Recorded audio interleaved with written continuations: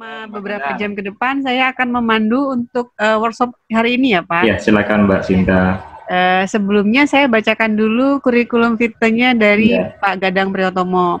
Nama lengkap Gadang Priyotomo, lahir di Yogyakarta ya Pak? Iya Mbak. Tahun 1979, jadi masih muda sekali, 39 tahun ya Pak? Orang Jawa. Ya. Nah, Bapak kebetulan posisi pekerjaannya sekarang adalah sebagai researcher atau peneliti ya Pak? Betul. Di Puspitek ya Pak? Betul, Puspitek. Nah, saya LIPI Mbak. Iya, di LIPI. Dengan bidang kajian adalah Surface Modification of Material, Corrosion, macam-macam deh. Dan coating ya. Jadi ya mungkin Bapak Ibu yang dengan bidang yang sama bisa paham ya Pak ya. Ya. Kemudian untuk latar belakang pendidikan, menamatkan sarjananya di Universitas Indonesia ya Pak? Iya. Untuk S1-nya, kemudian untuk magisternya juga di Universitas Indonesia. Kemudian untuk S3-nya Bapak menamatkannya di Osaka Prefecture University Jepang ya Pak? Iya, betul. Dengan jurusan departemen kalau saya baca di sini adalah Material Science and Engineering. Alhamdulillah penelitian proyeknya itu banyak sekali sejak tahun 2002. Luar biasa, benar sekali Pak. Dan saya lihat juga aktivitas di luar overseas-nya juga banyak sekali. Terakhir tahun 2019 itu adalah Visiting Research Program at Institute of Oceanology Chinese Academy of Science, Qingdao, China. Ini udah virus belum Pak waktu pada saat itu Pak? Hampir Mbak, hampir. Saya pulang tuh Desember, pulang hampir itu. Berarti Bapak rapid test Pak? Enggak? Oh, insya Allah enggak sih, hampir itu. Karena 2019 baru ya Pak? Iya, betul. List publikasi juga, alhamdulillah ini banyak sekali Pak. Ini mungkin bisa di-share sejak tahun 2000 ya Pak? Berarti kalau sekarang sudah 20 tahun Bapak sudah melakukan publikasi itu 100 ada Bu ya? Wah lebih Pak, 66. Tapi luar biasa ini Pak, luar biasa. Dan itu semua terkait dengan latar belakang pendidikan ya Pak, tadi background-nya ada korosi dan ininya. Oke. Kemudian Pak, untuk waktu presentasinya, saya persilakan kepada Bapak, nanti Bapak mau presentasi dulu apa tanya jawab, atau misalnya pada saat Bapak sedang menjelaskan, boleh dosen bertanya. Nah itu Pak, Bapak lebih nyaman. Bisa lah aja, nggak apa-apa, nggak masalah. Bisa aja, kalau iya betul, silakan aja, lebih efektif ya. Kalau dibandingkan harus menunggu saya selesai kan agak lebih panjang gitu ya. Jadi boleh raise hand ya Pak ya. Silakan salah aja. Ya, Bapak Ibu juga kalau misalnya ingin bertanya, boleh melalui chat ya Bapak Ibu, biar lebih terstruktur saja sih menurut saya. Jadi kita bisa ambil pertanyaannya. Kemudian untuk lebih kondusif workshop ini, saya harapkan Bapak Ibu melakukan mute di aplikasi Zoom-nya. Nah, di mute dulu supaya kita bisa lebih jelas mendengar pemaparan dari narasumber kita, Bapak Gadang Priyotomo. Kepada Bapak, waktu dan tempat kami persilakan, Pak. Baik, terima kasih. Sebentar dulu ya. Oke.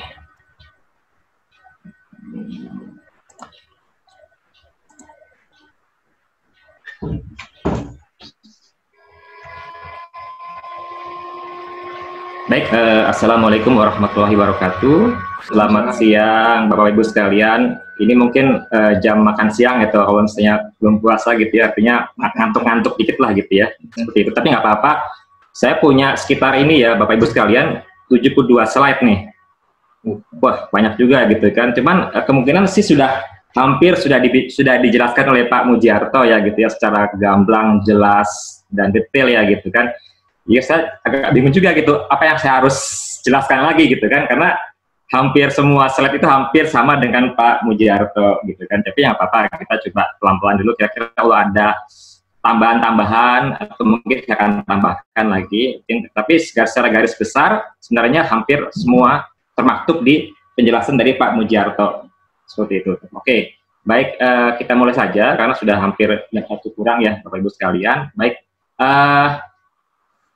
kita coba cek lagi. Oke, Scopus. Oke, Scopus mungkin sudah dijelaskan Pak Mujiarto bahwa Scopus itu merupakan suatu scientific journal database. Jadi bukan serta-merta itu Scopus itu hanya indeks ya.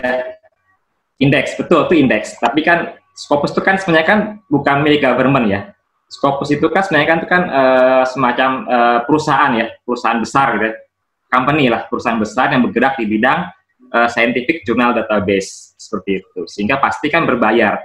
Jadi setiap jurnal yang baru ingin mengindekskan ke Scopus itu harus berbayar, itu pasti seperti itu. Nah, ternyata juga Scopus juga banyak, selain Scopus juga banyak sekali database yang lain yang kita lihat di sini kan, Ibu sekalian. Banyak sekali gitu yang saya jelaskan Pak Mujiarto kan gitu kan, banyak dari yang database dari Indonesia seperti itu ya, database dari internasional itu luar biasa banyak sekali. Cuman hanya Scopus itu luar biasa, dia mempunyai sekitar 5.000 publisher. Bayangkan Scopus menaungi 5.000 publisher, baik dari universitas maupun juga dari non-universitas atau lembaga riset. Luar biasa. Makanya kenapa Scopus itu merupakan sebagai acuan kita sebagai lembaga pendidik, university atau lembaga riset nasional Indonesia itu bermacu pada Scopus. Bayangkan 5.000 publisher yang kita bisa masuk ke sana untuk kita berkontribusi untuk paper kita. Nah itu, kenapa dibandingkan publisher lainnya. Tapi memang sebelum Scopus itu ada namanya, yang tadi Bapak jelaskan adalah Web of Science ya, Thomson Reuters. Jadi sebenarnya itu ada satu yang besar lagi namanya Thomson Reuters, itu Web of Science dulu ya. Cuman setelah itu akhirnya mulai dikejar oleh Scopus dengan database yang sama banyaknya, itu sekitar 5.000 publisher. Sehingga kenapa kita harus mengacu pada Scopus. Oke, nah kemudian apa sih Scopus? Nah, kan, apa sih Scopus? Nah, kadang kita berpikir Scopus itu adalah indeks. Oh tidak, Scopus adalah database. Jadi pusat data luar biasa internasional yang global sekali. Itu ada sitasi, ada literatur ilmiah, ada hak paten. Nah, itu banyak sekali yang mempunyai beberapa semacam anak perusahaannya. Ya, apa itu? Penerbitan termuka, Elsevier. Nah, Elsevier itu luar biasa, itu adalah penerbit yang terkemuka di dunia, yang kalau kita masuk ke situ udah kayak wah, bangga sekali itu. Kalau ada teman-teman, kira-kira teman-teman bilang, oh saya publish di Elsevier, wah bangga gitu, bangga banget dibandingkan publish yang lainnya. Oke, itu wajar. Kenapa? Karena itu luar biasa, sangat-sangat susah sekali. Yang tadi Bapak bilang Mujiarto ya, itu Q2, Q1 itu. Minimal Q2, Q1 itu. Susah. Saya juga pernah punya pengalaman ya, jadi kita berbagi pengalaman. Saya masuk ke, mencoba peruntungan dengan masuk ke publish ke jurnal yang Q1. Itu setahun ya, itu setahun lebih saya harus berjibaku ya. Awalnya, kenapa? Jibaku saat para editor melihat makalah saya saat masuk, oke, ini adalah under review. Nah, saat under review, itulah adalah perjuangan kita sebagai calon penulis untuk kita mendefense. Jadi gini, saya punya pengalaman gitu ya. Saya waktu di Jepang nih Pak, di Jepang, saat saya sidang close tertutup, saya kaget nih. Saat sidang close tertutup, saya langsung akan mengajukan sesuatu itu, langsung ditanya oleh profesornya. Ada 4 profesor penguji dari luar. Berapa makalah Anda?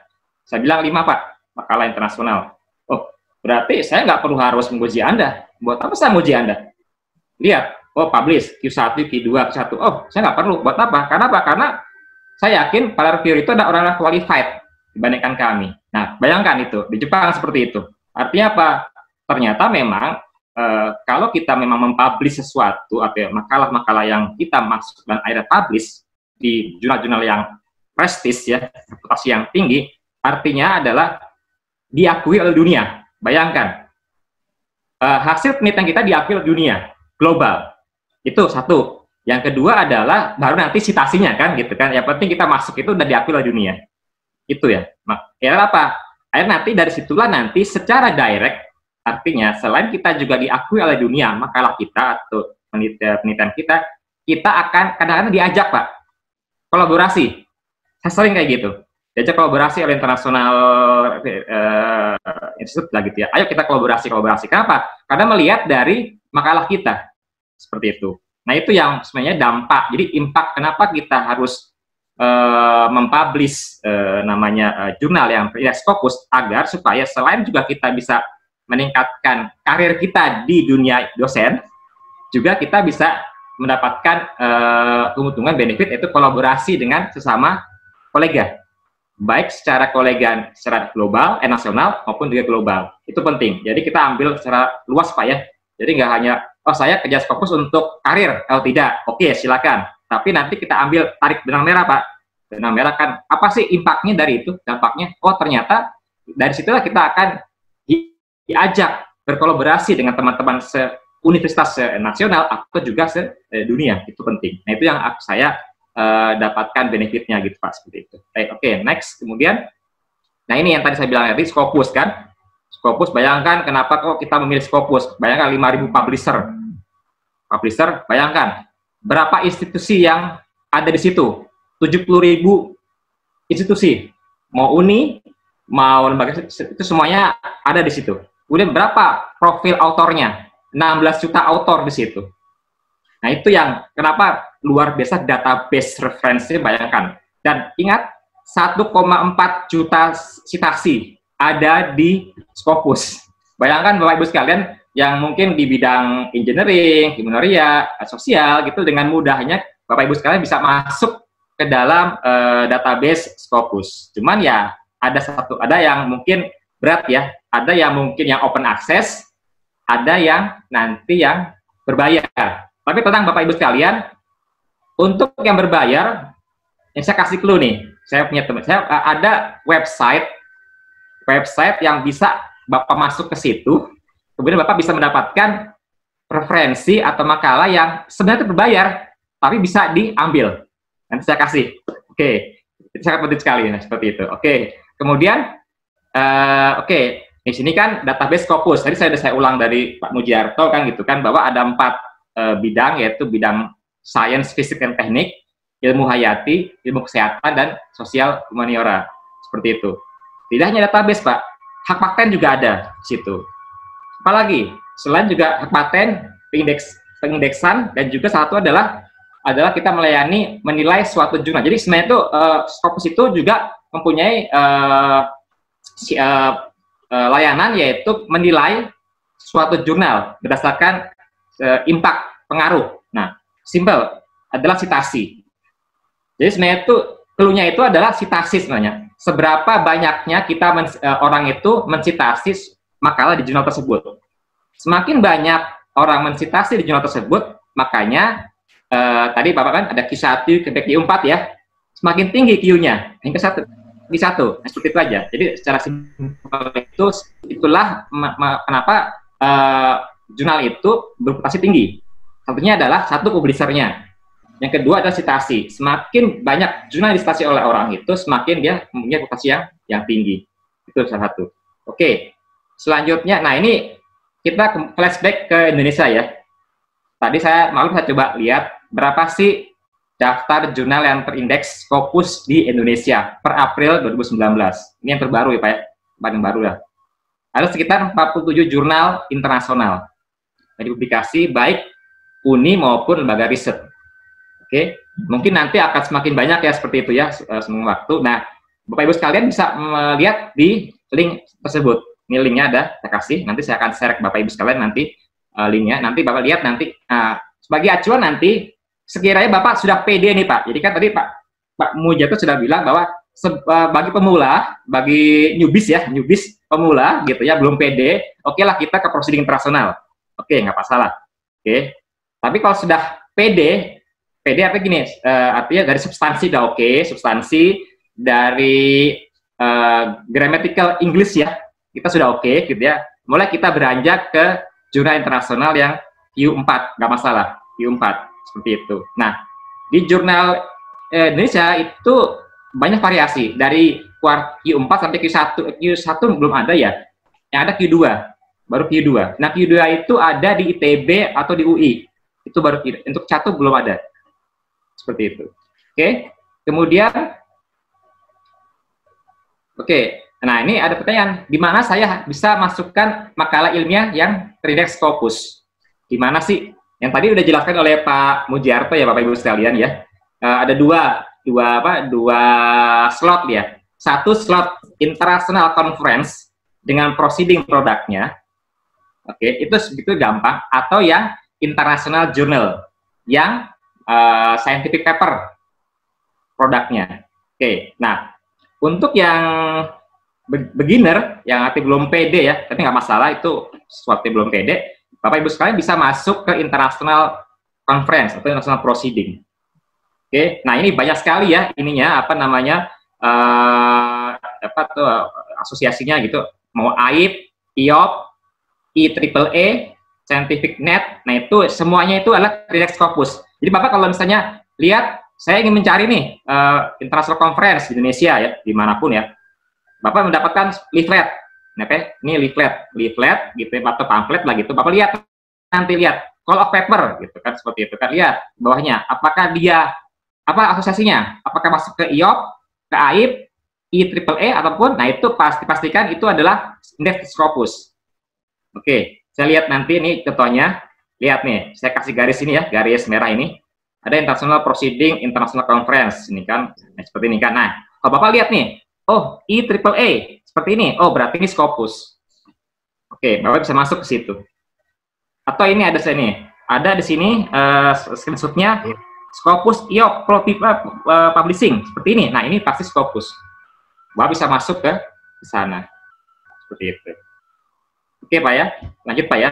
Oke, kemudian kalau Bapak Ibu sekalian sudah pede nih, artinya sudah pede dengan substansinya, pede dengan alur dari makalahnya, konten sudah oke, kemudian dari grammatical Inggrisnya sudah oke, berarti Bapak bisa pede bisa masuk ke international journal. Sebenarnya tidak harus ke global ya, ke luar negeri ya, ke Malaysia, kemana nggak usah lah gitu ya. Artinya kalau misalnya bisa, ya kita menyemarakkan international jurnal di Indonesia kan sebenarnya banyak sekali sebenarnya kan. Ada dari Undip, ada dari UI, ITB, UGM. Nah ini salah satu ini adalah UGM ya. Ini UGM yang sebenarnya itu ini Q3 Pak ya, seperti Bapak Ibu sekalian, Q3 seperti itu. Itu bisa Bapak bisa masukin. Ini tergantung dari scope atau ranah wilayah dari bidang Bapak seperti itu. Oke? Gitu. Tapi tergantung dari, nanti kalau Bapak misalnya S3 atau S2 pasti kan tergantung dari promotor atau supervisornya kan, seperti artinya mungkin ya harus diwajibkan untuk keluar ya, maka silakan keluar. Cuma kalau misalnya ini hasil penelitian atau hibah bersaing apapun lah, hibah dari peneliti, silakan Bapak bisa masuk ke jurnal-jurnal Indonesia. Itu sudah banyak sekali. Baik Q3, Q2 tuh oke, nggak masalah. Tidak harus ke luar negeri, harus ke Eropa, ke Amerika, itu nggak usah lah gitu ya. Mbak, kita semarakan jurnal-jurnal internasional di Indonesia. Itu udah oke. Artinya setara lah, itu setara aja, setara. Karena jelas sudah diakui Scopus. Kedua adalah dia juga setara dengan dia mempunyai namanya peringkat gitu kan. Kalau misalnya Q3-nya di Indonesia seperti ini, pasti di luar juga sama gitu, nggak ada bedanya gitu kan, seperti itu. Kayak gitu. Nah, oke.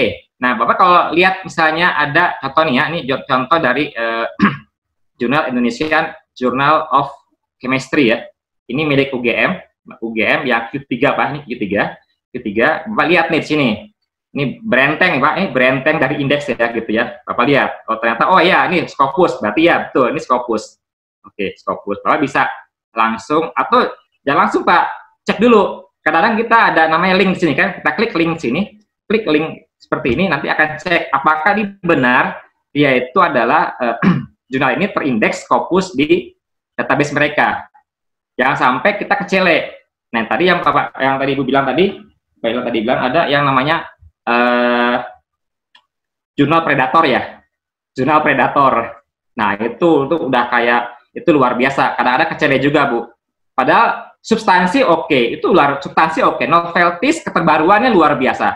Tapi karena ketidaktahuan kita terhadap jurnal internasional, kadang-kadang kita masuk ke dunia predator. Nah, saya kasih dulu Pak Ibu sekalian, ada dua negara yang sering masuk kategori sebagai predator jurnal. Satu negara India. Hati-hati ya Ibu Bapak Ibu sekalian, kalau nanti misalnya ada tawaran dari jurnal internasional yang dari India, tapi nggak semuanya sih, tidak semuanya, tapi rata-rata ya kita harus waspada lah di India itu ya. Itu kita cek nanti bagaimana apakah dia benar-benar Scopus atau tidak, atau nebeng. Nah itu. Yang kedua adalah Amerika Serikat. Amerika Serikat. Nah itu kadang-kadang, nah, itu yang harus kita coba selidiki. Nah, bagaimana caranya? Tadi ada pertanyaan dari Ibu siapa, lupa lagi ya. Pak, gimana caranya untuk mengidentifikasi jurnal predator? Nah ini penting ya, jurnal predator nih. Jadi sebenarnya gini, simpel banget. Jadi nggak harus susah-susah lah. Jadi nggak perlu harus lihat dari B-list ya, itu nggak usah. Lihat dari ininya, dari defaultnya aja gitu. Lihat nih, kalau misalnya defaultnya websitenya itu berantakan, jadi ngaco tuh, berantakan tuh nggak tertata rapi, itu udah warning tuh. Satu. Yang kedua adalah kalau misalnya lihat, biasanya itu kalau namanya jurnal internasional yang qualified, biasanya kalau dalam review session itu memakan waktu bisa sebulan atau 2 bulan lah, itu baru review aja kan, gitu kan, itu belum tahu review sebulan 2 bulan. Tiba-tiba saat kita masuk ke dalam, kita submit ke makalah di sana, tiba-tiba langsung dikasih misalnya, oke, tanpa ada review nih Pak, Bu sekalian, langsung oke, diterima. Nah, Bapak harus curiga itu. Tanpa sesi review, itu adalah predator. Udah, itu tinggalin aja. Sayang, ini sangat sayang sekali kalau konten yang Bapak luar biasa ini tiba-tiba masuk ke sana, tuh sayang sekali. Oke. Yang ketiga adalah masalah uang. Masalah namanya submission fee ya. Submission fee atau apapun lah gitu, fee lah gitu, publishing fee namanya. Nah, itu awalnya gratis. Saat kita sudah di accepted, minta bayaran. Aneh. Itu harus diwaspadai Bapak Ibu sekalian. Waspada. Itu yang qualified dari itu pasti itu predator. Itu yang sangat penting sekali. Oke, biasanya itu kalau misalnya open access, ini open access itu sudah ada itu keterangan di sini. Ya, ini ya, ada nih saya kasih ini. Author fees, jelas gamblang. Author fees. Sudah sekian. Kalau di jurnal ini sekitar 3,5 juta ya per makalah. Jadi kalau misalnya jurnal-jurnal kayak di ITB atau di UGM itu ya 3,5 juta, 4 juta itu Bapak harus siap sedia untuk harus digelontorkan untuk biaya author fees. Tapi itu wajar seperti itu. Oke. Kemudian next. Nah ini hati-hati dengan label Scopus di jurnal. Nah ini nih, hati-hati dengan label Scopus di jurnal. Nah ini yang kadang-kadang predator banget ya, predator sekali nih. Banyak jurnal-jurnal yang memang dari India rata-rata seperti itu, hati-hati seperti itu. Karena harus dicek di sini Pak Ibu sekalian. HTTP, nah ini cek di sini. Nanti Ibu lihat nih, ketik title, ketik jurnalnya apa aja namanya, find source. Lihat. Kalau tidak ada, jangan Pak, jangan disubmit. Itu pasti itu bukan Scopus. Jangan. Jadi sayang ya Bapak Ibu sekalian ya, nanti ya seperti itu. Oke, gitu. Oke. Kemudian nah ini yang mungkin ID Scopus ya, ini yang penting ya. Jadi sebenarnya ID Scopus ini yang sudah dijelaskan oleh Pak Mujiarto kan gitu. Itu sudah otomatis ya Bapak Ibu sekalian. Jadi kalau Bapak Ibu sekalian sudah publish gitu ya di baik proceeding maupun internasional jurnal itu akan dibuat namanya ID Scopus. Cuman kalau untuk ID Scopus itu biasanya itu untuk kan ini sebenarnya bukti dosen pernah berkontribusi. Nah itu gimana? Jadi sebenarnya ID itu adalah bukti bahwa yang bersangkut itu pernah berkontribusi mempublikasi minimal 2 makalah minimal tuh baru dapat ID Scopus. Mau dia proceeding atau mau dia international jurnal, monggo silakan gitu kan itu. Kalau baru 1 itu paling nggak dapat ID-nya, dia akan tercatat di di website ini tercatat, tapi bukan dapat ID ya. Nah, kalau minimal 2 atau di atas akan mendapat ID secara otomatis. Lihat di sini, saya screenshot nih. Ini kan editorial tim ya, ini Mbak Silvi ya, Mbak Silvi lihat kan ada ID-nya kan, arti ke Mbak Silviana dia pasti publish minimal 2 makalah atau nah itu yang seperti itu. Atau yang beberapa editor juga sama nih, ada yang belum, ada yang tidak. Diarahkan kan harusnya sudah ya seperti itu. Nah, kayak gitu. Oke. Kemudian saya ingin menambahkan lagi nih Pak, Bapak Ibu sekalian, dari penjelasan Pak Mujiarto ya, menambahkan saja untuk namanya kualifikasi atau reputasi suatu jurnal Scopus. Jadi ternyata kita Scopus juga kita ada kualifikasi peringkat. Ini cocok untuk teman-teman yang mau ngambil misalnya S2, S3 gitu, S3 ya dalam negeri yang harus mengkualifikasi dari promotor harus Q2 bisa seperti itu, atau Q3. Nah, itu penting sekali. Nah, itu. Jadi sebenarnya itu dari Scopus dia ada namanya peringkat indekskan. Q4 sampai Q1. Oke.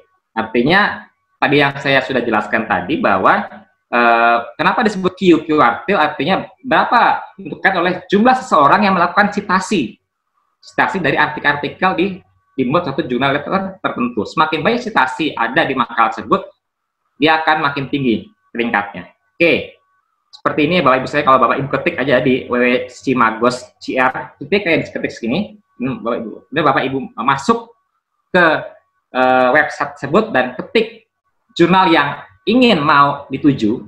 Jadi gini, kadang-kadang kita ingin tahu nih, kira-kira saya mendapatkan dari kolega saya, tolong Pak Gadang ini, saya nih jurnal jurnal X misalnya kan, tolong ingin tahu, ini Q berapa sih Pak? Oke, tinggal ketik aja di www.simagos.cr.com. Berapa dia peringkatnya, seperti itu. Oke, nah, kebetulan kita coba nih ya, ada suatu jurnal. Ini kebetulan saya publish paper ya Pak ya, ini kan jurnal Waste and Compounds tahun 2015. Saya ini Q1 Pak ya, Q1, jurnal Q1 tahun 2015, alhamdulillah masuk ke sini. Saya masukkan di sini, masukkan nama jurnalnya itu ke simagos.gr.com. Lihat Bapak sekalian, berapa indeksnya? 145 high index, itu luar biasa, Q1 kan seperti itu kan.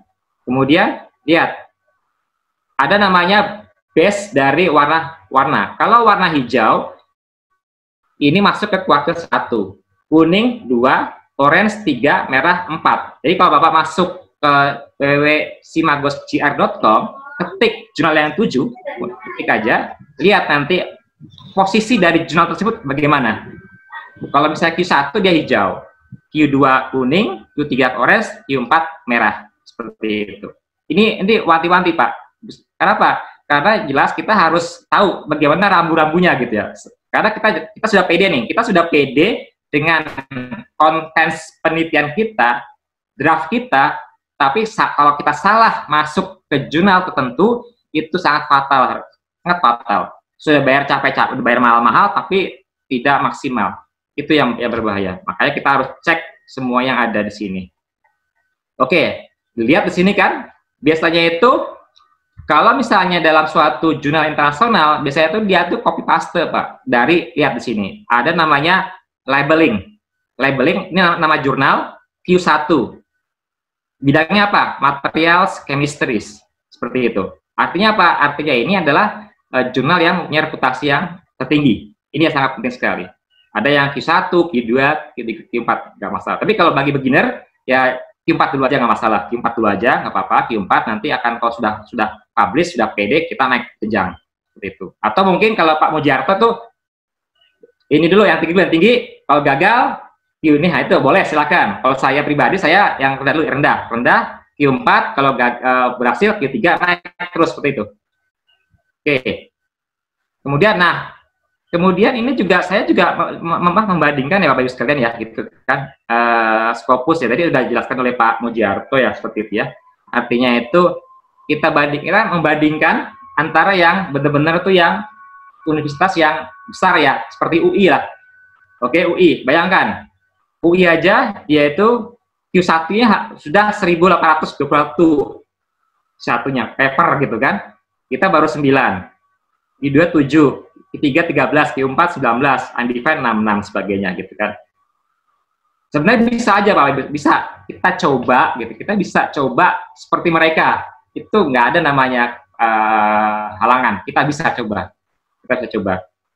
Ya artinya apa? Kita pelan-pelan. Dari mungkin nanti tahun ini Q1-nya atau Q4-nya misalnya 19, nanti coba tahun ini misalnya naik jadi misalnya 30 atau mungkin 25. Jadi pelan-pelan naik seperti itu kan.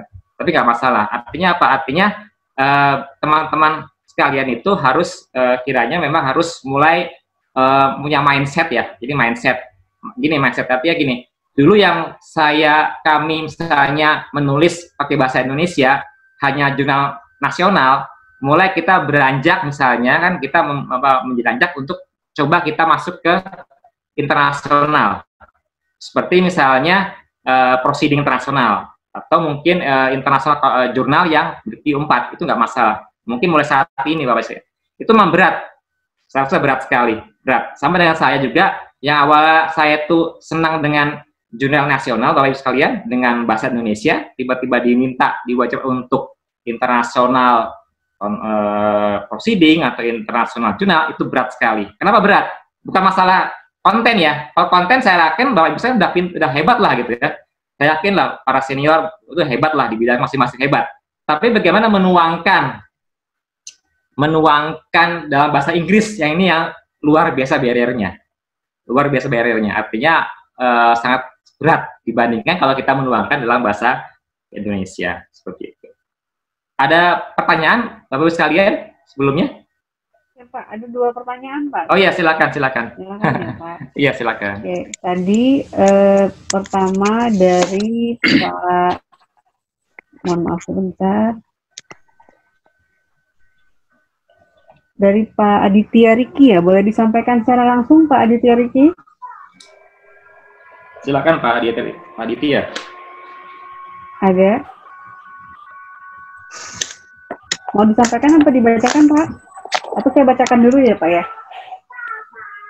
Atau dari tadi ada satu pertanyaan dari namanya usernya itu Redmi.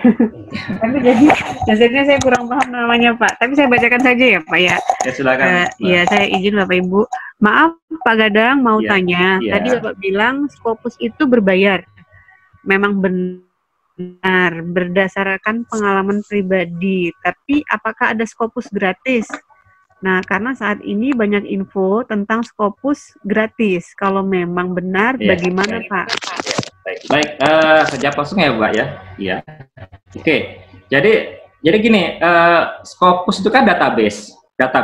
Oke. Nah, dia punya namanya anak perusahaan ya, artinya anak grup lah, ini grup publisher namanya Elsevier. Oke, Elsevier. Oke. Tapi juga dia juga mempunyai layanan juga pengindekskan. Jadi pengindekskan. Oke. Nah, dari semua university dan baik juga lembaga riset internasional seperti itu kan. Nah, rata-rata juga Scopus ya, ini Scopus juga dia tidak berbayar. Kenapa tidak berbayar? Jika misalnya publishernya itu adalah ini dia itu open access. Oke, open access. Jadi sebenarnya itu open access.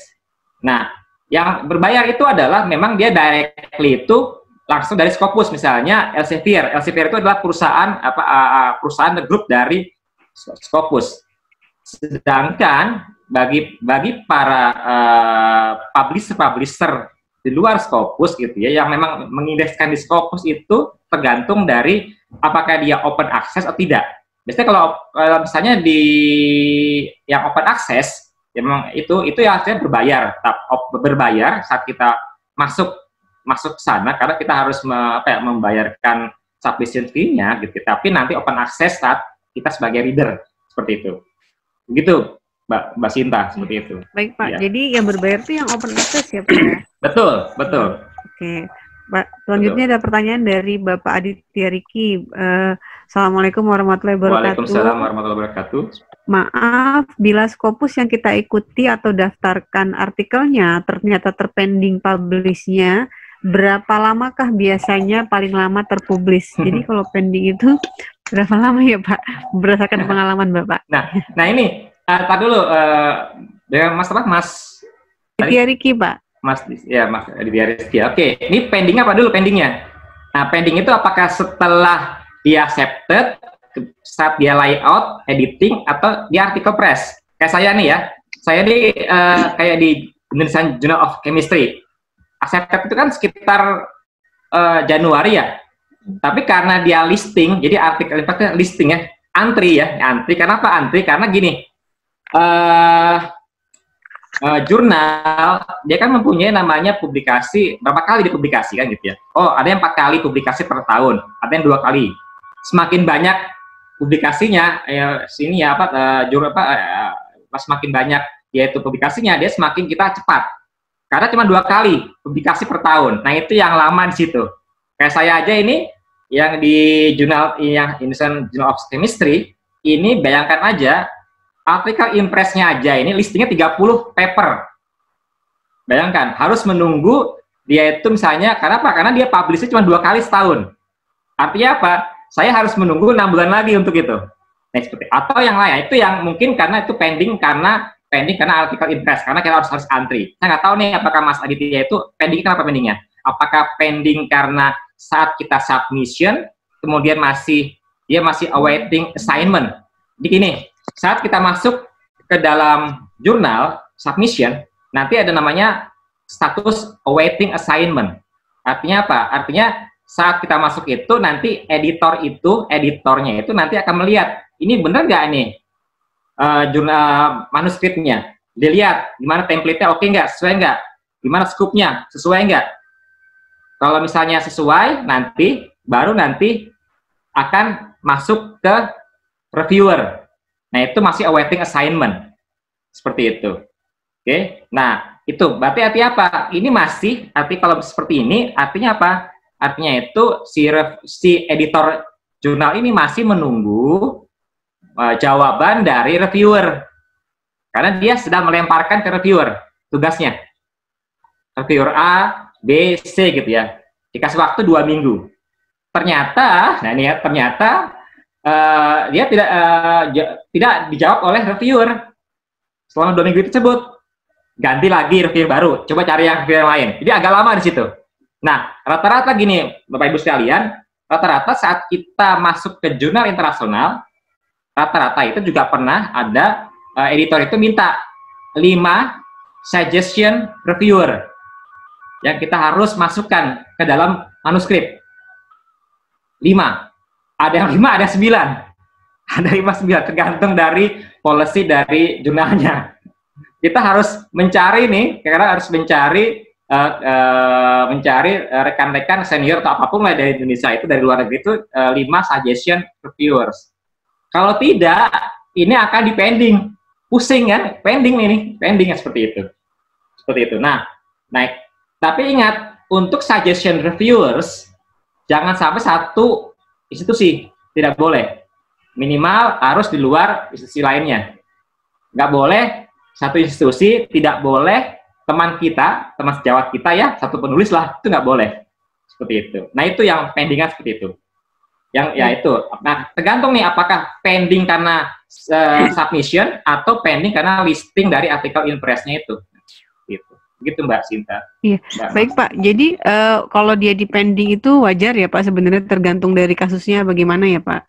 Betul wajar. Berarti menjawab pertanyaannya Pak Franka Hendra. Jadi beliau juga sudah submission ke jurnal Scopus, tapi sudah di pending 5 bulan. Nah, ada ya bisa gini, ada statusnya tuh. Apa alasannya? Oh, ada alasannya apa? Itu apa pending? Biasanya itu pending itu apa? Kadang-kadang kalau misalnya pas kita under review itu mungkin gini. Kadang kita dikasih waktu nih oleh editor itu mengasih tugas ke reviewer itu hanya 2 minggu. Jadi saya pernah jadi reviewer ya Bapak Ibu sekalian, reviewer. Biasanya itu aku dikasih itu cuma 2 minggu. Tapi saya langsung kerjakan. Kasihan, kenapa kasihan? Kasihan autornya itu nungguin kita gitu. Saya gitu kan. Oke, kerjakan. Tapi ada juga misalnya editor itu sudah menugaskan ke reviewer tapi tidak dijawab. Nah, itu yang lama di situ. Bisa sebulan, bisa 2 bulan, bisa 3 bulan. Nah, itu tergantung dari kondisinya seperti itu. Tapi gini, satu yang kedua, nah ciri khas dari, ini praktikal ya, Ibu, praktikali. Ciri khas dari tanda-tanda paper kita di reject, nah ini tanda-tanda nih, saya habisin tanda-tanda nih. Iya, tanda-tanda. Paling banter cuma 2 minggu.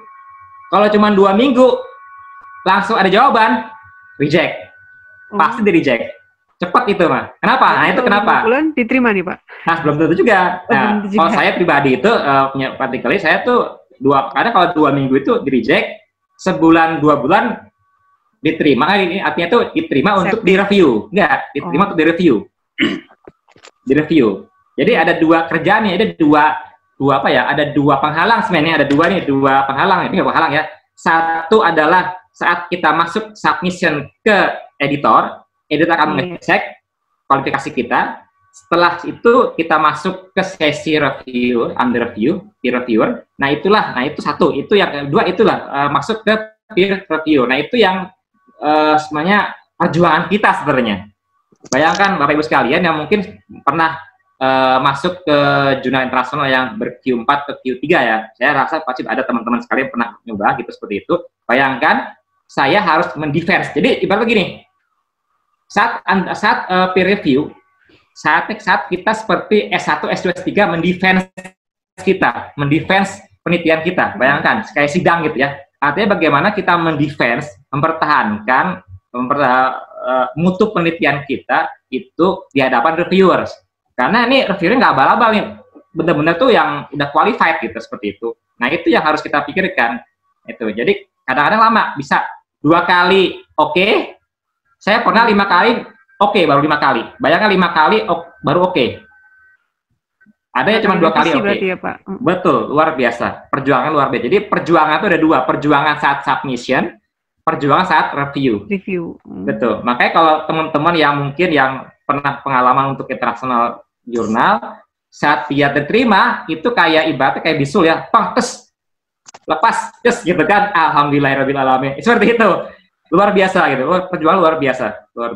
Itu yang harus teman-teman yang harus perhatikan seperti itu. Jadi kalau submission jurnal itu ada 2 perjuangan, satu perjuangan saat di editornya dulu, kedua lah reviewnya, under reviewnya. Itu yang penting banget. Oke, baik Pak. Ini ada pertanyaan juga teknis juga sih Pak dari Ibu Listia Sugiyarti. Iya. Boleh sebentar Pak? Sebentar aja saya bacakan ini baru Bapak ya Pak. Boleh ya Pak? Ya silakan. Apa langsung aja nih? Pak, saya baca Bu Listia dulu ya Pak. Ya, soalnya sudah di sini soalnya. Oke, Bu Listia mau bertanya Pak, teknis sih Pak. Iya.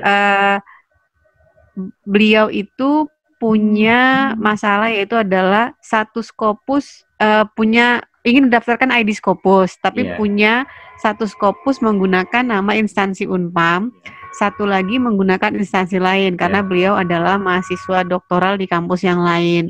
Nah, apakah dengan seperti itu bisa mendapatkan ID Scopusnya, Pak?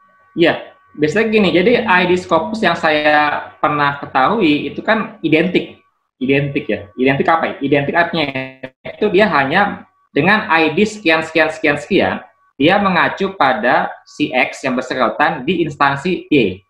Nanti kalau misalnya Ibu mau coba lagi di instansi Z misalnya, itu nanti ID-nya beda lagi. Nggak mungkin misalnya dengan ID yang sama, terus nanti yang bersangkutan itu ada instansi X dan Y. Nggak ada seperti itu. Biasanya rata-rata itu dia itu identik, unik dan identik ID-nya. Artinya kalau saya punya ID Scopus, tapi walaupun saya dosen Unpam gitu seperti itu, tapi ID saya masih di LIPI. Itu. Kalau saya ingin misalnya saya mewakili Unpam dengan misalnya saya punya manuskrip, saya publish paper gitu ya, tapi saya mewakili Unpam gitu ya. Scopus pula nanti ID itu nanti akan beda lagi seperti itu. Karena apa? Nah itu 2 ID kan, itu tuh ada 2 ID. Karena apa? ID Scopus itu identik dan unik.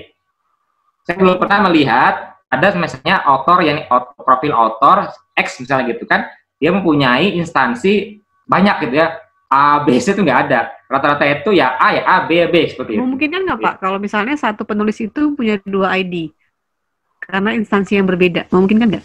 Sebenarnya sih bisa aja, nggak masalah. Bisa aja, nggak masalah ya Pak? Nggak masalah. Yang penting adalah dia itu ya walaupun namanya sama gitu, tapi yang penting dia mewakili instansi mana gitu. Pasti nanti kan indeksnya beda nanti kan, high indeksnya beda. Si yang bersangkutan, si Ibu A misalnya gitu, indeks di uni ini sekian, di uni ini nol, nah itu seperti itu, beda-beda seperti itu. Baik Pak, baik. Terima kasih Pak. Baik. Mungkin tadi ada pertanyaan dari Pak Jamaluddin ingin disampaikan secara langsung Pak Jamaluddin. Pak Jamaluddin. Terima kasih Pak Gadang. Ya, Pak. Saya dari Prodi Manajemen. Iya Pak. Saya mau nanya Pak. Silakan Pak. Kita lihat Scopus ini kan ibaratnya kan bintang Pak ya, apalagi untuk dosen-dosen gitu.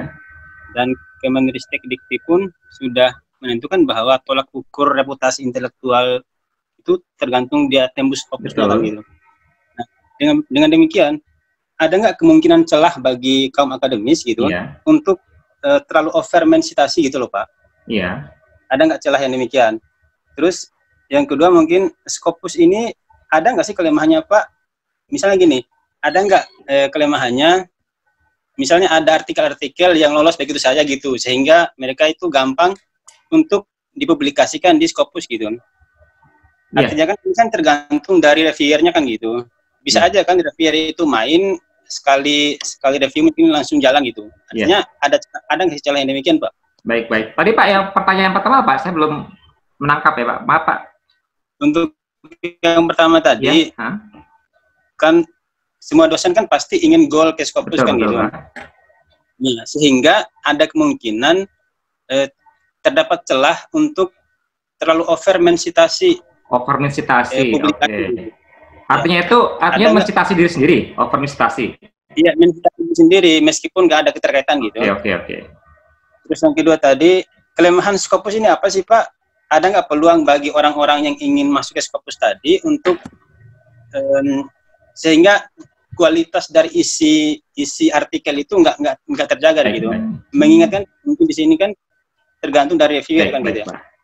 Baik Pak, saya jawab ya Pak Jok. Mungkin saya jawab yang pertanyaan kedua Pak ya. Artinya gini, jadi mindset kita sebenarnya kan Scopus itu kan bukan reviewer ya. Scopus itu kan database Pak. Jadi perusahaan database lah, itu perusahaan database. Jadi nggak ada sangkut pautnya dengan kualitas dari jurnal secara substansi ya seperti itu ya. Nah, yang menentukan kualitas jurnal secara substansi adalah jurnal itu sendiri. Jurnal yang mempunyai rangkaian reviewer yang kualifikasi, yang qualified lah seperti itu ya. Misalnya gini, ada misalnya jurnal yang dia tuh Q4, Q3, Q2, Q1 ya seperti itu. Itu beda. Artinya saat kita men-submission atau kita mau masuk ke jurnal tersebut gitu ya, seperti itu. Nah, itu artinya Pak, artinya reviewer itu nanti sebagai ujung tombak Pak, ujung tombak. Mungkin ada yang reviewer yang mungkin karena gini Pak, ada reviewer yang nggak qualified tuh ada. Saya banyak lah gitu ya. Yang qualified itu artinya yang nggak qualified gini, gampang itu menentukan ya qualified. Jadi saat kita misalnya ditanya, di komen oleh reviewer, jadi dia itu menanya itu yang general gitu loh, nggak substansi. Nah itu pasti cepet ya, itu cepet acceptednya. Karena ada beberapa yang jurnal tuh kadang gini, saya punya dapat dua reviewer gitu ya. Satu reviewer itu cuman oke, bahasa Inggrisnya kurang, gini Anda harus gini ya, udah titik udah gitu doang. Ada yang reviewer yang agak sedikit masuk ke substansi, cuman ya masih umum. Nah, saya bisa melihat yang review pertama, ini mungkin dia bukan bidang dia. Bingung kan gitu ya? Dia hanya lihat gramaticalnya Inggris seperti ini ya, seperti itu ya. Yang kedua adalah reviewer bidangnya dia tapi general, bukan spesifikasi itu bukan. Makanya dia nanya cuma sekedarnya dan itu masuk. Nah, saya pernah itu dapat yang jurnal Q3 cepat. Tapi itu cepat. Nah, itu siapa yang salah? Ya itu ya editornya salah. Kita harusnya kan dia harus misalnya mencari reviewer yang qualified yang sesuai dengan bidang spesifik dari makalah kita. Makanya kenapa Pak Jamaluddin kadang-kadang kalau ada juga yang beberapa jurnal internasional yang saya temui itu di Thailand ya. Di Thailand itu dia itu minta atau Malaysia minta dia itu 5 atau 9 reviewers yang kita harus kasih ke mereka itu agar supaya ini kan jelas nih kalau kita kasih kan ini orang-orang yang qualified yang memang di bidang kita sehingga itu mempermudah dari sisi review yang ada di jurnal tersebut kayak gitu. Nah kadang seperti itu. Jadi sebenarnya itu bukan karena bukan karena reviewernya itu karena memang bukan bidang dia, tapi agak sedikit dipaksa oleh editor untuk masuk gitu seperti itu. Nah itu yang kadang seperti itu. Memang sih keuntungan buat kita ya sebagai author ya, cepet lah gitu kan. Ya seperti itu. Ada seperti itu. Ada juga yang saya pernah menemui juga yang walaupun dia Q3, tapi memang dia orang ahlinya gitu. Saya pernah tuh Q2 ITB, ini ITB saya pernah masuk ke ITB, jurnal ITB material ya, science tuh ya. Wah, itu walaupun Q3 Q2 itu bisa 5 kali review Pak. Karena apa? Dia sangat spesifik ya. Jadi setiap pembahasan itu dia bahas tuntas gitu sampai kita kewalahan gitu seperti itu. Tapi alhamdulillah saya bisa masuk ke accepted seperti itu. Jadi sebenarnya itu tergantung dari kualitas dari editornya, gimana dia harus bisa mencari. Kadang gini Pak, kadang editor itu Pak, editor jurnal itu pusing Pak. Jadi gini, pusing itu apa? Karena dia harus mencari kira-kira apa namanya reviewer yang qualified. Apalagi kalau misalnya jurnal itu nggak spesifik. Misalnya gini, ada jurnal engineering. Udah, titik ya. Ada engineering. Itu luas Pak ya. Ada teknik sipil, industri, ada sipil, industri, kimia, metalurgi, mesin, banyak kan. Bingung kan gitu kan. Nah, itu yang kadang-kadang kalau misalnya apa namanya editor itu dia akan minta ke kita sebagai author ini ya, suggestion 5 atau 9 reviewers seperti itu. Sehingga dia mempermudah untuk dia bisa mengasih tugas ke masing-masing yang kita kita tawarkan ke editor ini loh seperti itu Pak, seperti itu. Begitu Pak Jamaluddin. Baik Pak Jamal, bagaimana Pak dengan jawabannya? Sudah jelas ya Pak, jadi tergantung reviewernya ya Pak ya. Oke. Jelas sih Pak. Ya cuman tadi kan sering kita lihat kalau kita baca jurnal-jurnal yang udah masuk Scopus itu biasa aja gitu loh. Nah, itu yang membuat saya bertanya seperti itu gitu. Iya, artinya gini, biasa aja itu memang kalau Scopus itu tidak akan men-screening Pak. Jadi gini, jangan kita bias ya, kita bias bahwa Scopus itu tugasnya itu men-screening kualitas itu tidak. Yang sebenarnya yang men-screening itu adalah masing-masing dari jurnal tersebut, publisher jurnal tersebut. Apalagi uji tombaknya adalah reviewers, uji tombaknya. Karena nanti reviewers itu nanti akan menentukan apakah ini bisa diterima atau tidak. Itu, nanti kan seperti itu. Nah, Scopus itu hanya sebagai lembaga database, bukan sebagai lembaga untuk men-screening database yang hanya melihat citasi. Jadi kalau makin banyak citasi, jadi ada banyak citasi yang masuk, orang mencitasi dari makalah-makalah di jurnal X, misalnya seperti itu, berarti jurnal itu akan naik peringkatnya. Itu aja sebenarnya, itu aja. Jadi jangan salah kaprah Pak Jamaluddin gitu ya, Bapak. Oh, ini Scopus biasa aja. Ya, betul. Akhirnya kita masuk ke ini jurnalnya gimana gitu kan? Apakah dia oke atau enggak? Bagaimana reviewer-nya? Qualified nggak seperti itu? Nah, itu yang kita harus coba cari tahu seperti itu. Begitu Pak Jamaluddin. Ya. Ya. Baik Pak, terima kasih penjabarannya Pak Gadang. Mungkin bisa ke pertanyaan selanjutnya ya Pak? Ya, silakan. Ya, dari Ibu Wiwit Irawati. Selamat siang, ingin bertanya Pak Gadang. Ya. Apakah untuk mempublis pada jurnal yang terindeks Scopus ada ketentuan tentang persentase similarity Pak? Maksimal untuk dapat diterima. Jadi similarity-nya itu berapa persen? Oh iya. Demikian, pertanyaan bagus tuh. Ya. Iya. Jawab langsung ya Mbak Sinta ya. Boleh, bagus, Pak. Boleh. Oke. Ini pengalaman ya. Saya kan tidak seperti Pak Mujarto kan luar biasa. Saya hanya praktikal. Jadi orang-orang praktis ya. Mohon maaf nih praktis. Jadi saya tuh tidak ini praktis. Tapi gini, memang betul untuk kesamaan ya. Kesamaan itu clue yang sangat penting bagi kita seorang penulis kesamaan. Bayangkan Bu, kita kan penulis berapa puluh juta penulis di dunia kan gitu kan, yang pasti sama lah gitu kan, nggak mungkin nggak sama lah, pasti ada yang sama gitu, ada yang sama. Cuman bagaimana kita meminimalkan kesamaan? Nggak mungkin gini, suatu international jurnal harus jangan sampai kesamaan itu 0, nggak mungkin 0. Nah, maksimal untuk kesamaan atau similarity itu ada 15, itu maksimal 15%, tergantung dari policy-nya, kebijakan dari internasional jurnal masing-masing. Contoh nih ya, kita di Indonesia aja ya, di Indonesia. Kayak di TB. Di TB itu jurnal apa saya lupa lagi ya, jurnal material science lah ITB itu, nanti coba cek, itu maksimal 15% kesamaannya. Itu yang kedua, jurnal yang ini ya, Indonesian ini. Oke, Q3 sekitar 12%. Jurnal di UI ada, itu sama 12%. Artinya apa? Artinya kita diberikan keleluasaan bahwa di body manuskripnya itu maksimal 15% kesamaan, seperti itu. Karena jelas nggak mungkin itu beda. Nah, bagaimana cara untuk kita mengecek? Nah, kan setelah kita tahu nih, kita sudah buat draft manuskrip dengan dari A sampai Z, Sekarang kita harus cek kira-kira ada yang sama nggak dengan makalah di internasional. Nah, itu ada pakai Turnitin ya tadi Pak Mut, atau software plagiarium checkers 10x, itu penting. Jadi itu salah satu syarat mutlak bagi teman-teman yang berbahasa Inggris gitu ya, internasional, itu harus dicek terlebih dahulu sebelum masuk ke jurnal. Sayang kalau ibu langsung ujuk-ujuk, udah pede nih, udah bagus, langsung masuk itu, sayang, nanti oleh editor akan dicek.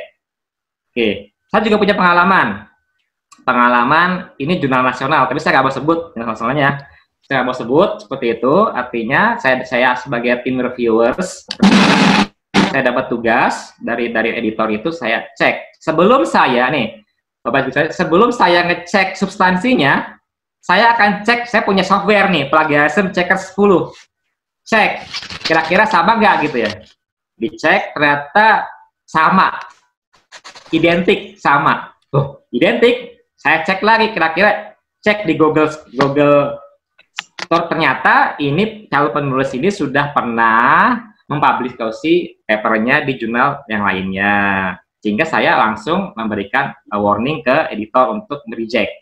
Jadi sebenarnya reviewers itu selain juga substansinya, tapi dia juga akan mengecek dari dari kesamaannya. Karena gini, nah itu Bang, sebenarnya itu tugasnya dari editor yang harus mengecek, bukan reviewers ya, cek editor. Jadi editor itu sebenarnya itu adalah sebagai screening pertama gitu. Screening pertama dia mengecek semuanya, kesamaannya, layout semua harus sama, baru nanti dimasukkan ke reviewer. Jadi artinya pas saat ini bahwa untuk jurnal-jurnal yang Q3, Q2 itu maksimal itu 15%, setahu saya.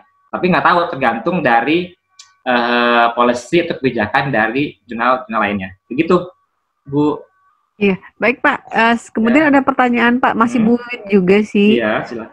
Adalah, adakah ketentuan berapa author maksimal dalam satu artikel agar dapat memaksimalkan impact dari artikel tersebut, Pak? Baik, wah itu pertanyaan luar biasa ya, besar. Mungkin kolega saya gitu, teman saya gitu ya, itu pernah dia punya paper join author itu bisa 10 penulis. Bayangkan 10 penulis. Mungkin kalau bagi kita dosen atau peneliti ya, itu kalau buat kum agak sulit tuh ya, berbagi tuh kan. Aduh pusing gitu kan ya. Kadang-kadang kan, saya tuh pingin menulis sendiri gitu kan, gitu. Jadi sebenarnya itu tidak ada ketentuan. Jadi ketentuan itu tergantung dari policy dari jurnalnya, gitu ya, seperti itu. Cuman gini, jadi saya menyikapi dari kenapa kita tidak menulis sendiri. Nah, kadang-kadang gini, agar kita kumnya gede, ya, aku tulis tunggal ya, single author aja gitu kan, silakan dapat sekian ya, tuh itu dulu kan. Nah, itu nggak seperti itu. Jadi yang mungkin yang dijelaskan oleh Pak Mujiarto itu bahwa apalagi ini mau jurnal internasional kan, atau mau ke proceeding internasional gitu ya, harus ada namanya co-author. Kenapa co-author? Karena jelas bahwa tidak mungkin ya gini, dalam suatu penelitian tidak mungkin kita kerja sendiri ya Pak, kalau saya nggak mungkin kita sendirian kan, pasti ada tim nih, tim A, B sampai Z lah gitu ya. Nah, yang pasti kan tim itu akan ada kontribusinya, itu apa? Berkontribusi kan? Nah, ada kontribusi itu dalam bentuk apa nanti hasilnya? Dalam bentuk paper. Jadi kadang-kadang itu teman-teman yang sekiranya itu yang memang dia tim, sebaiknya memang harus dimasukkan kontributornya itu dari tim mereka, seperti itu. Jangan sampai kadang gini, kadang banyak sekali ya teman-teman itu yang conflict of interest. Nah ini kadang gitu, conflict of interest. Artinya penelitian yang memang dikerjakan bareng-bareng, tiba-tiba dia sendiri. Atau dia ngajak yang lainnya, yang bukan dari timnya. Nah, itu yang harus di-clear. Nah, itu di mana? Di jurnal internasional, kadang-kadang dikasih itu. Ada subsection conflict of interest. Jadi gini, pihak jurnal ingin tahu, ada nggak conflict of interest di sini? Kalau tidak ada, declare. bahwa benar ini yang saya kerjakan adalah bareng-bareng dengan instansi mana atau dengan yang mana, seperti itu kan. Itu yang harus jelas seperti itu. Jadi kadang-kadang teman-teman itu, aku pengen nulis sendiri ya gitu ya, aku pengen nulis sendiri, beres, jadi nggak seperti itu, tidak seperti itu. Jadi mindset kita itu adalah, walaupun kita membimbing, nah saya juga punya bimbingan saya juga punya banyak bimbingan mahasiswa ya, seperti itu. Setiap kita mau publish, pasti saya akan coba masukkan beberapa kontributor, seperti mahasiswa, seperti teman-teman kita dari Uni, kita masukkan semuanya. Artinya apa? Artinya nanti kita sebagai reviewer akan melihat bagaimana kontribusi ke masing-masing tersebut. Jangan sampai sendiri. Kecuali kalau Bapak lihat namanya karya tulis ilmiah, ya hasil itu kadang kita lihat ada satu orang. Jadi ada ya satu orang, satu penulis, dia tuh menulis karya tulis ilmiah, tapi bukan penelitian. Kadang-kadang dia short review. Jadi ada review, jadi dia ulasan-ulasan, review dia hanya satu orang, seperti itu. Tapi biasanya kalau untuk penelitian, rata-rata itu dia tuh bareng-bareng. Karena gini, kadang itu kalau di dalam dunia pendidikan ya, pasti author pertama itu adalah mahasiswanya. Yang belakang itu adalah profesornya, seperti itu kan. Itu wajar seperti itu. Nah, itu. Nah, itu yang kadang justru yang besarnya itu profesornya di belakangnya, seperti itu. Nah, itu yang kita lihat. Kalau aku pernah mereview itu, lihat ini pasti yang 5 orang, misalnya orang pertama itu adalah pasti ini mahasiswa, belakangnya itu pasti profesor atau mungkin dia itu adalah penyelianya, seperti itu. Nah, itu yang harus dipikirkan. Jadi teman-teman sekalian, saya berikan semacam clue bahwa sebaiknya dalam penulisan proceeding internasional atau jurnal internasional jangan sendirian, akan di-reject oleh reviewer. Saya reject itu jelas. Gak mungkin Bapak Ibu sekalian penelitian sendirian. Itu gak mungkin. Nah, itu seperti itu Bapak Ibu sekalian. Ya, Mbak Cynthia. Ya, baik Pak. Ya. Berarti memang penelitian itu harus sama-sama ya Pak? Itu. Kalau sama-sama tuh biasa lebih ini. Berarti tadi maksimalnya juga belum tahu berapa ya Pak? Tergantung dari jurnalnya. Tergantung dari policy kebijakan dari jurnalnya bagaimana. Pasti ada itu. Pak. Ya. Baik Pak, selanjutnya ada pertanyaan dari Pak Irfana Arofah. Bisa disampaikan secara langsung Pak? Ya, silakan aja Pak Irfan. Ya. Pak Irfana ada? Iya Bu. Iya, silakan Pak. Silakan Pak Irfan. Jadi gini, saya kan baru terbitin artikel di Q4 ya. Iya Pak. Nah, kemudian untuk mendapatkan ID Scopus, apakah saya harus menerbitkan, mohon maaf, di yang Q4 tadi saya sebagai bukan penulis pertama Pak. Iya Pak, betul. Yang ingin saya tanyakan, bagaimana kalau misalkan saya ingin mendapatkan ID Scopus, tapi di terbitan selanjutnya saya di Scopus itu bukan sebagai penulis pertama lagi. Bisa nggak itu Pak, keluar ID Scopusnya? Baik Pak, baik. Saya jawab Pak ya. Oh, iya, terima kasih. Baik Pak. Nah itu kadang-kadang kita agak salah kaprah bahwa untuk ID Scopus itu bahwa kita harus first author gitu ya. Oh tidak. Kan namanya kita di sini kelihatan, di sini saya kasih sini ada, saya flashback lagi Pak ya. Saya kasih di sini. Oh tadi maaf. Ada keterangan nih ya. Jadi ID Scopus merupakan bukti dosen pernah berkontribusi. Kontribusi itu bisa first author atau co-authors. Dia punya hak privilege untuk dapat ID Scopus.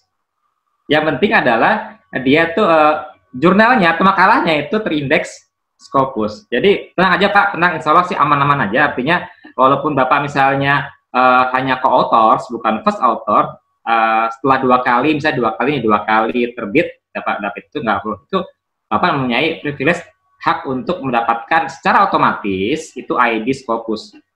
Seperti itu Pak. Gitu.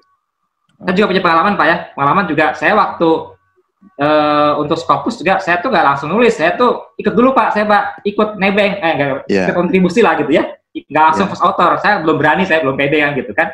Setelah 1, 2, 3, tapi saya cek loh, oh saya ada ID Scopus di situ ya, padahal saya bukan first author. Nah itu seperti itu.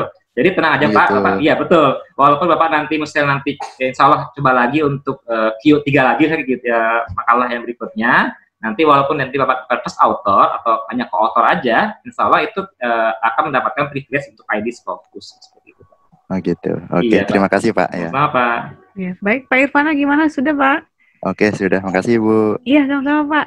Selanjutnya Pak, sebelum kita kembali ke materinya, satu pertanyaan dari Bu Eka, boleh ya Pak Gadang? Silakan Mbak, silakan. Iya, karena masih tentang publikasi. Silakan Ibu Eka Margi, mau disampaikan secara langsung. Ibu Eka. Dibacakan oleh Bu. Oke, punten ya Bu, saya bacakan ya Bu. Iya, Iya, Pak Gadang ingin bertanya, kalau ResearchGate Akademia Edu itu apakah hanya database jurnal saja atau gimana ya? Karena saya banyak download jurnal dari sana. Mungkin sama seperti SSRN juga kali ya, Pak? Iya, betul. Bentar, saya ada mangset ya. Saya tadi buka ResearchGate tadi ya. Oke. ResearchGate. Oh iya, tapi saya sebentar. Enggak, salah saya enggak. Oke. Jadi sebenarnya gini, jadi memang jadi ResearchGate itu kan database ya. Tapi bukan indeks ya, itu bukan pengindekskan, bukan indeks itu. Jadi jangan samakan dengan Scopus atau dengan yang lainnya lah gitu ya. Jadi sebenarnya ResearchGate itu seperti link ID ya, link ID ya gitu ya, link ID itu hampir sama. Jadi sebenarnya itu kan website jejaringan. Jadi website jejaring, di mana itu kumpulan dari semua database makalah-makalah, baik makalah-makalah yang proceeding, hak paten, semuanya lengkap, plus jejaring dengan kolaborasi riset dan juga kolaborasi dari author, penulis seperti itu. Nah, dan itu pasti ada jenjang ya, gitu, ada jenjang. Artinya itu kita bisa secara otomatis kita bisa masuk, kita bisa bikin sign up di ResearchGate. Itu penting nggak Bu? Itu bagi saya itu penting, ResearchGate penting banget. Kenapa? Karena satu adalah saya bisa mengecek kira-kira itu adalah saya punya makalah yang sudah publish. Karena nanti ResearchGate itu akan otomatis akan memilah-milah kira-kira mana-mana yang makalah yang sudah publish di dunia maya seperti itu kan, otomatis. Atau kita bisa manual untuk kita ketik, itu bisa manual. Jadi segala report yang manual atau otomatis kita bisa lakukan seperti itu. Satu, yang kedua juga kita bisa melakukan kolaborasi jejaringan ya. Jadi kita bisa koneksi dengan para peneliti, akademisi di luar negeri. Tiga, kita juga mendapatkan berita-berita terbaru. Misalnya gini, kadang-kadang kita juga ingin misalnya penawaran postdoc. Kalau sudah dokter ya, postdoc di instansi mana itu ada tawaran-tawaran banyak sekali. Itu ada. Atau juga ini bagusnya ResearchGate. Kita bisa bertanya. Jadi gini, kita bisa bertanya. Kita punya kesulitan secara teknis, gitu ya.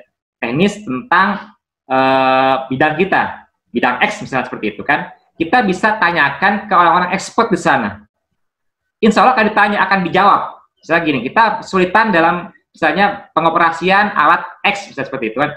Nah, expert akan menjawab pertanyaan kita. Nah, itu bagus di situ. Jadi kita kalau kita kesulitan dalam melakukan sesuatu hal dalam penelitian, kita bisa bertanya di sana. Itu forum seperti itu. Jadi sebenarnya itu saran saya itu mungkin selain juga Scopus, nanti ke depan juga mungkin itu bagus kita bisa masuk ke website ResearchGate gitu ya. Ini sudah terkenal ya Bu ya, itu luar biasa terkenal yang bisa masuk. Nanti kita bisa coba akan kita bisa lihat di ranking nanti kan seberapa banyaknya dampak. Jadi gitu, dampak kita, kinerja kita, dampak kita selama ini bagaimana dari keluaran kita. Seperti Sinta gitu kan, seperti itu kan. Misalnya dari makalah-makalah kita yang sudah publish, hak paten kita, hak intelektual kita, buku kita sudah ada di situ semuanya lengkap. Baik kita unggah manual maupun juga kita otomatis akan tercatat di ResearchGate seperti itu Bu. Gitu, berarti saya nambahin sedikit ya Pak. Berarti kalau karya ilmiah dari ResearchGate, Akademia Edu ataupun nanti ada SSRN itu bisa dijadikan sebagai referensi dalam jurnal terindeks Scopus ya Pak? Nah, kalau misalnya, jadi gini, tolong dipisahkan gitu ya sebenarnya kan. Jadi sebenarnya kan itu kan makalah yang sudah dipublikasi dan terindeks di Scopus. Nah, Nah, ResearchGate itu hanya mengumpulkan aja, menggathering aja, mengumpulkan makalah-makalah saja seperti itu kan. Jadi sebenarnya itu bukan indeks, jadi nggak ada namanya indeks. ResearchGate itu tidak ada. Dia hanya mengumpulkan semua makalah-makalah atau karya ilmiah yang ada, yang terindeks Scopus, ada yang terindeks di DOAJ atau di WOS, itu ada, akan masuk ke ResearchGate semuanya seperti itu. Gitu, tapi boleh digunakan sebagai referensi untuk karya tulis ilmiah ya Pak? Bukan sebagai referensi ya, tidak, itu semacam hanya kumpulan aja Bu, hanya data, iya database aja. Betul, database aja. Oh iya, baik Pak. Ya, terima kasih Pak. Baik, mungkin selanjutnya kita boleh masuk ke materi ya Pak? Udah materi Bu ya? Iya, mau pertanyaan lagi Pak? Silakan aja, silakan ada yang bertanya, silakan aja Mbak Sinta atau teman-teman yang lainnya, gimana? Ada pertanyaan? Oke, untuk pertanyaan mungkin tadi masih dari Bu Eka dulu Pak. Silakan. Belum ada lagi yang bertanya. Bapak gitu. Ibu silakan yang ingin bertanya bisa melalui kolom chat. Nanti saya sampaikan ke Pak Gadang. Oh sebelumnya Pak, sepertinya ada yang terlewat tadi dari Bu Yohana. Bu Yohana ya? Iya, Bu Yohana bertanya, sebenarnya kalau kita mendaftar melalui open access itu aman atau tidak Pak? Nah, karena takut disalahgunakan. Jadi gini Bu. Jadi open access ya kan, definisi open access itu apa sih ya gitu ya, definisi open access. Jadi yang opennya itu adalah readernya. Jadi kita pembaca yang ingin tahu misalnya kan updating makalah yang terbaru, yang fresh gitu ya, fresh and open lah gitu. Fresh itu bagaimana? Nah itu tanpa kita berbayar, Ada juga yang itu namanya open access. Tapi ya jelas bahwa open access itu mungkin author harus membayar karena untuk administrasi dari jurnal tersebut, tapi open buat readers. Jadi sebenarnya open itu adalah open buat readersnya. Jadi aman Bu, insya Allah aman, nggak ada masalah gitu. Aman ya Pak kalau menggunakan open access ya, nggak akan disalahgunakan ya Pak? Iya, nggak masalah. Open insya Allah, kan, ya insya Allah ya, karena itu open access itu hanya open makalah itu ke reader tanpa berbayar. Oh, okay. Iya itu. Siap Pak. Bapak Ibu mungkin ada yang ingin tanyakan bisa melalui aplikasi chat, ada dari forum chatnya. Sementara kita ke materi sedikit lagi ya Pak. Ada sisa waktu sekitar 5 menit sih Pak. 5 menit, ini 72 slide nih. Banyak juga. Intinya Pak, ya. Intinya. Jadi memotivasi dosen-dosen supaya sebenarnya intinya itu sebenarnya sudah ada di Pak Mujiarto ya gitu ya. Itu sudah lengkap. Jadi saya ini jadi semuanya ini sudah ada gitu ya, artinya saya tidak panjang lebar karena ini hampir baru 23 slide lagi ya, baru 5 menit yang banyak gitu ya, artinya gini lah gitu, artinya jadi sebenarnya itu kalau makalah itu kan sebenarnya kan gini, makalah itu kan jelas, makalah itu kan hasil dari penelitian kita, penelitian kita tersebut yang bersifat permanen ya, bersifat tetap. Betul, permanen itu sudah ada dan nanti siap dipublikasikan. Tercetak dan elektronik. Kita sudah zaman elektronik kan? Oke. Ditingkatkan kualitasnya. Nah ini nih kadang-kadang gitu ya. Kita sudah pede nih, saya sudah pede nih bahwa ini Pak, ini saya sudah kualitasnya oke, ini kontennya oke, ini good qualified. Oke, itu bagi kita sebagai author. Tapi kita harus adanya namanya second opinion, third opinions gitu seperti itu. Apa? Adalah proses reviewers. Jadi seberapa qualified makalah kita itu yang harus dilihat akan direview oleh reviewers. Makanya ditingkatkan lagi kualitasnya. Jadi jangan merasa patah arang, patah semangat. Kalau misalnya saat Bapak Ibu sekalian sudah masuk ke under review, nah ini kadang-kadang gini Pak Ibu sekalian, kadang-kadang under review ya, kadang-kadang kata-katanya ya jahat juga ya, sadis juga kata-katanya gitu kadang-kadang. Kadang-kadang misalnya kita sudah submission, kita di review, kadang-kadang ini bahasa Inggrisnya kurang bagus gitu. Nah itu kadang-kadang Anda kurang dangkal dalam pembahasan seperti ini. Nah itu ya jangan sampai wah ini kurang ajar juga kan seperti itu, jangan gitu. Artinya ini sebagai motivasi Anda gitu Bapak Ibu sekalian, di bawah itu ini bagus bahwa ternyata bahasa Inggris saya selama ini yang saya sudah gembar-gemborkan bagus, ternyata di mata reviewer itu tidak bagus. Nah itu yang harus ditingkatkan lagi. Kemudian pembahasan juga sama, itu seperti itu. Nah, itu harus ditingkatkan lagi seperti itu. Nah itu yang makanya kenapa ada namanya sistem reviewer. Majalah atau jurnal Predator itu tidak ada namanya system reviewer. Makanya itu nonsen, tidak ada namanya kualifikasi, nggak ada. Tidak ada kualitas di jurnal Predator. Makanya semakin tinggi peringkat dari suatu jurnal itu tergantung dari kualifikasi reviewersnya. Seperti itu. Kadang-kadang majalah yang spesifik ya, majalah spesifik sekali, misalnya gini, ada majalah engineering, misalnya kayak engineering, ada majalah korosi yang spesifik sekali, itu Q1. Artinya apa? Saat kita masuk ke bidang korosi misalnya, Bapak Ibu sekalian sudah pede dengan draft Anda, draft Bapak Ibu sekalian, gitu, Anda akan siap akan direview oleh orang-orang yang spesialis korosi, yang luar biasa berat dan jahatnya. Kata-katanya luar biasa gitu, benar luar biasa gitu kan. Tapi nggak apa-apa, itu penting sekali. Nah, itulah nanti yang harus Anda, itu yang namanya momen dari ditingkatkan kualitasnya, seperti itu. Terus kemudian dipromosikan. Nah, dipromosikan. Ingat bahwa juga selain kualitas Anda ditingkatkan, jadi gini, Anda Bapak Ibu masuk ke jurnal itu untuk meningkatkan kualitas dari makalahnya gitu. Itu ditingkatkan. Satu juga dipromosikan. Misalnya gini, kita mendapat hibah, kita membuat suatu produk X seperti itu kan, kita publikasi.